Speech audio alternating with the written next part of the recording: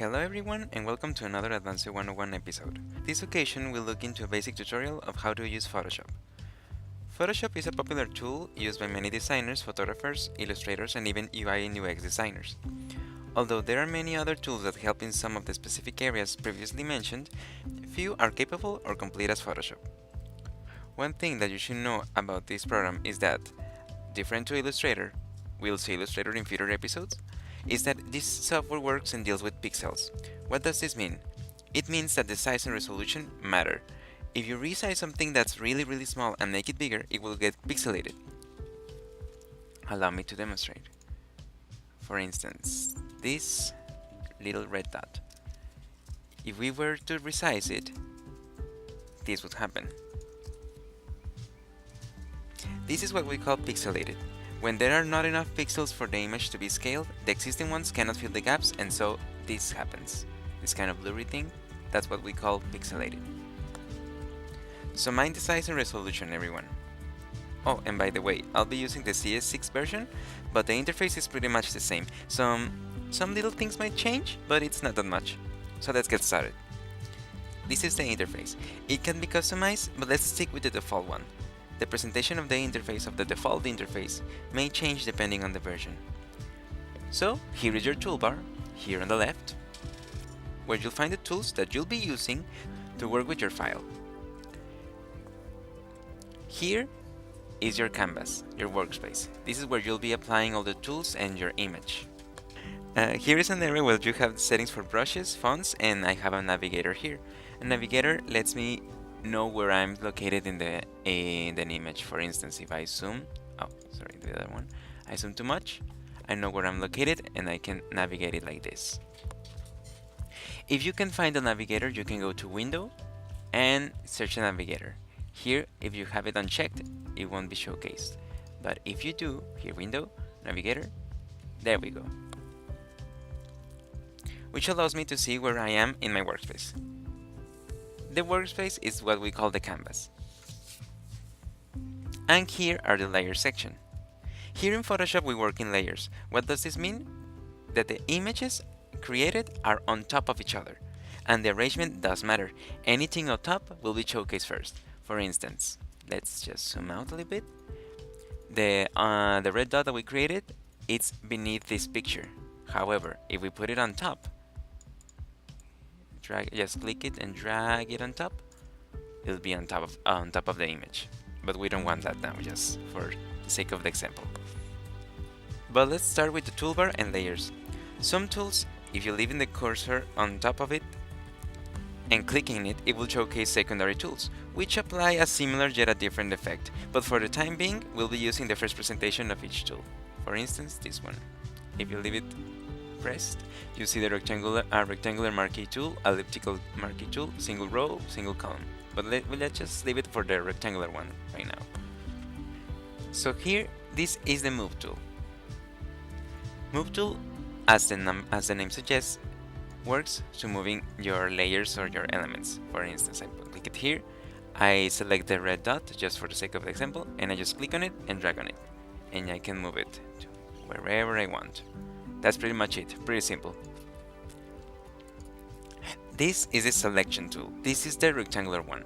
What does this mean? That whatever I select within this area and only in the active layer will be selected. For instance, I select this section, I click my Move tool, and I can move only that section of the layer. As you can see, it's not moving the whole circle, just a section of it.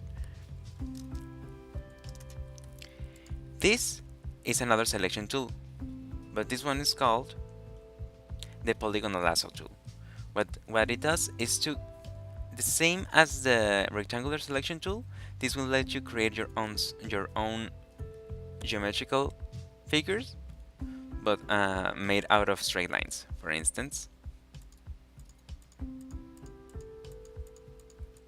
I'm just clicking about, and I close the shape, and there we have it. Move tool on the right layer, and it's just moving the part that I selected. Pretty simple. This is the quick selection tool. The quick selection tool lets you grab selection of the layer by just brushing it, and it will grab anything that looks that's of the same color or same hue. For instance, if I do this, it will grab the whole circle. But if we were using a picture, for instance this one, let's say I only want to choose his forehead, so I'd go here and it will automatically grab it all.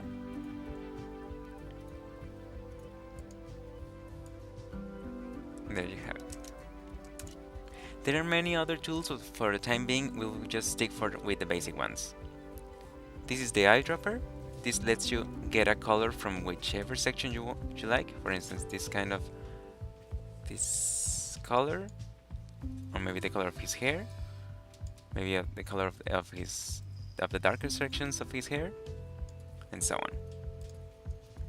This is a tool that we'll be using in a bit. This is called the healing tool. This is used to correct little things or to erase things. For instance, go here, and as you can see, it kind of erased it, but it replaced it with something that found along the lines. It didn't work that well that time. Let's try it with these shadows. As you can see, it's erasing the shadows and replacing it with things that are nearby. What it does is it grabs the pixels nearby and makes a seamless kind of correction. This is the brush tool. Oh wow, it's really big. With the brush tool, what you can do is literally paint on top of anything you want. For instance, let's say here are your color palettes. Let's just say I want red to make it obvious here, and I'm just gonna select my brush tool, and within the layer of the picture I just paint over it. One thing that you should know about this is that since I painted over the picture layer, I cannot move them individually. To do that, I would have to create a new layer. It can be created here in this icon that it says create a new layer. Click on it, and then you can paint again, and now as you can see, they are separated, independent one from the other. This is pretty important when you're making an illustration or a drawing. This one here is the eraser tool. As its name suggests, it will erase what you've created. It not only erases the brush tool, but anything else. For instance, the photo. And I'm erasing the photo. It's turning red because I have a red dot behind it, but I can just turn off that layer, and as you can see, I'm erasing it with the white background. This is a paint bucket. If you ever use paint, then you're pretty much familiar with this tool. What it does is just fills a gap or anything else that of the same color. For instance, I have red. Let's just say it here. Oh, sorry. Select the right tool. Just put it here, and it's kind of filling the whole section with the color. But of course, this is just sloppy and it's for the sake of the example. Here we have the horizontal type tool, and as its name suggests, it's for creating fonts or titles or anything else that involves letters. I'm just gonna click here. You can see Lorem Ipsum, and there you have it. One cool thing about the type tool is that it automatically creates another layer on top of the one that you were placed. That way it's independent and you can move it wherever you want. For instance, let's put it here. It looks kind of cool. Here's the ellipse tool. It's pretty much also the same as in Paint or Illustrator. It just creates an ellipse, and with the color stated here on the top right, on the top left corner. And it creates another layer for it, and you can move it independently and as you wish.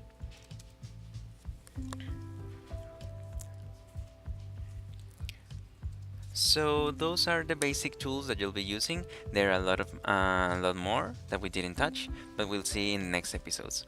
However, these are the ones that you will be needing for the quick tutorial that I'm gonna show you. Now, here's a quick tutorial to treat images. I usually treat 3 basic things when editing a portrait or photo. These things are first the light, then the skin, and then the eyes and teeth. So first we check the light. How we do that? We need our histogram. To do that we need to see it. We could either go to the histogram tab, that you can find it here. Oh, I don't have it here, so I'll go to Window, Histogram, and there it is. These wavy things, this is our histogram. But the fastest way to edit it is to add an adjustment layer. Let's go back to Navigator so I know where I am. Okay, to get the histogram from the adjustment layer, you need to go to the tab of the adjustment layer. Here it is. If you don't see it, you can go to Window and hit Adjustments. There we have it. The histogram are the wavy things here that you can see here. It's called levels.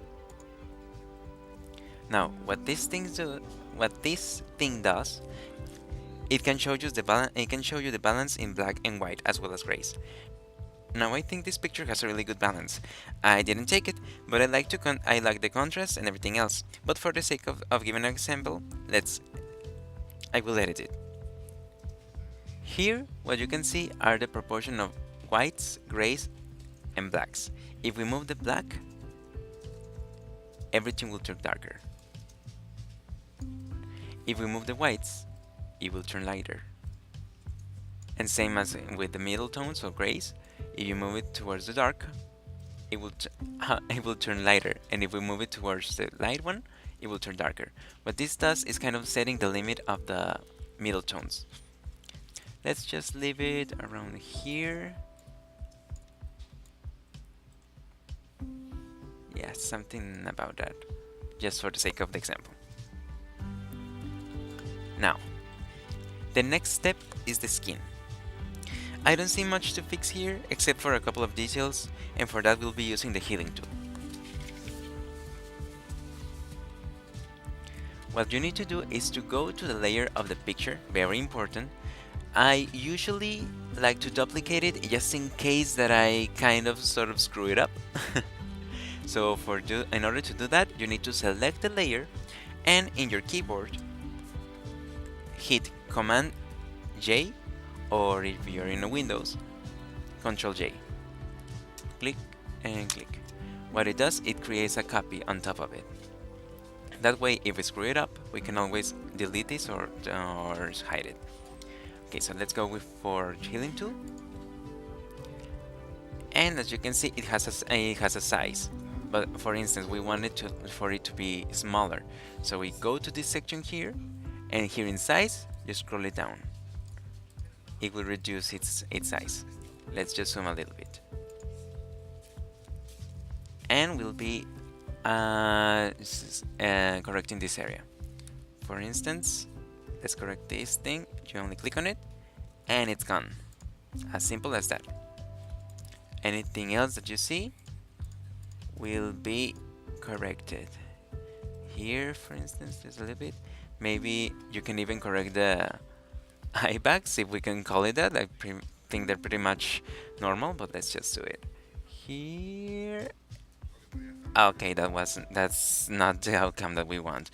Let's backtrack it to undo something, and just the same as everything. Command Z. I think I need to make it a little bit smaller and go along this line. Better, much better. Much better. Okay. And the next step will be the eyes and teeth, but there are no teeth to work here, and the eyes have no trouble.